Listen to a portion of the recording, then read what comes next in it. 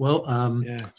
so in one of our reviews for this week, we're going to be talking about whether a well-beloved movie qualifies as a Christmas movie. But before we get into that, just a quick thought or a set of thoughts on this one, a Charlie Brown Christmas. So I ended up rewatching this with the family on Christmas Eve, and there's always a couple of things that surprise me every time I see one of these Charlie Brown specials as an adult. First off, is that on streaming, it's kind of startling just how short these things are. Yeah, they're only like 20 something minutes, I think. Yeah. Right. It always seemed longer, but that's because as a kid, not time to date myself, we had VHS recordings of TV specials or TV recordings. Yeah. So they had I can remember some of the commercials from our copy of Charlie Brown Christmas. Yeah. Which added to the runtime. Yeah. But also, like, as a movie, it doesn't necessarily have all that much, all that many twists as a movie. As a special, it doesn't have all that many twists and turns. No. It's actually a very straightforward story. Yeah, I'm trying to remember. It was they're putting on a Christmas play, right? Right.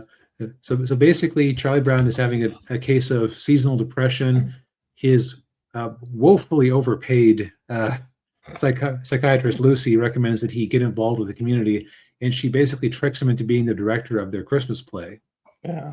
And then, as always happens with Charlie Brown, things go out of control. Nobody listens to him, respects him, but darn it if they aren't going to hold it against him if things go wrong.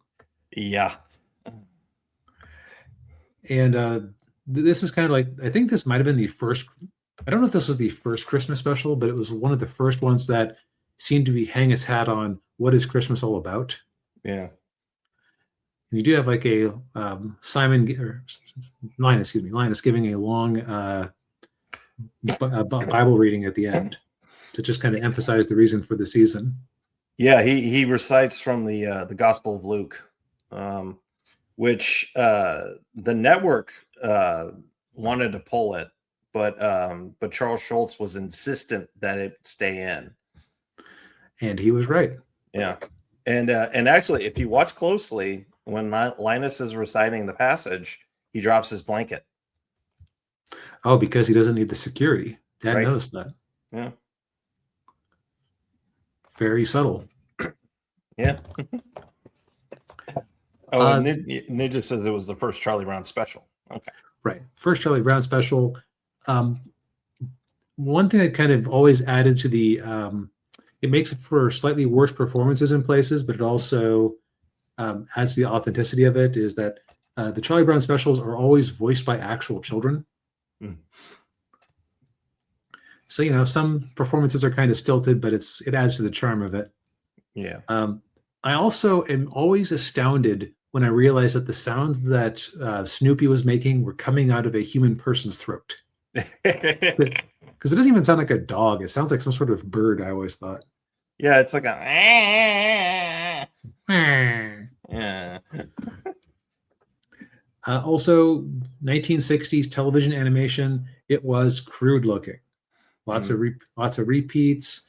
Not the cleanest animation in the world, but it is a faithful recreation of what the Peanuts comics were like, down to the art style, down to the writing, because there's so many great lines in this one. Like, I never really get what I want for Christmas. What's that?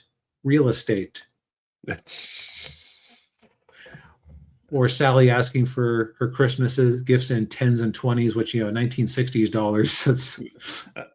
That's a lot. Yeah, that's pretty, considering that depending on your year in the 60s, either 10 cents, 12 cents, or 25 cents would get you a comic book. Yeah. Yeah. That's kind of insane. Yeah. But I don't really have any deeper thoughts about this aside from if for some reason you haven't actually watched this, it's on Apple TV. If you have, it's still worth the occasional rewatch just to it's interesting watching something made so simply and I'm going to presume so cheaply. that can still like hit you in the heartstrings. Yeah. Yeah. Oh, the other, I think this thing's possibly its greater contribution to popular culture than helping to solidify the whole Christmas special as a phenomenon. Yeah. Is the jazz soundtrack for it. Oh. Like it is, it's really a tour de force by who did that? So if Vince, it's a, yeah. Vince Guaraldi. Ah, that sounds familiar. I'm not sure what else he did, but he's the one who came with the da da da da da da da. Yeah, so yeah, if you've ever watched anything Peanuts related, you've heard his music.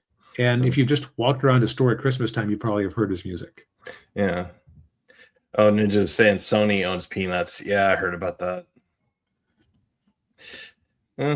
Honestly, there's worse owners. I mean, when you think about it, Sony's kind of been cornering a lot of the animation industry lately between K-pop Demon Hunters, the Spider-Verse movies, even big, Garfield.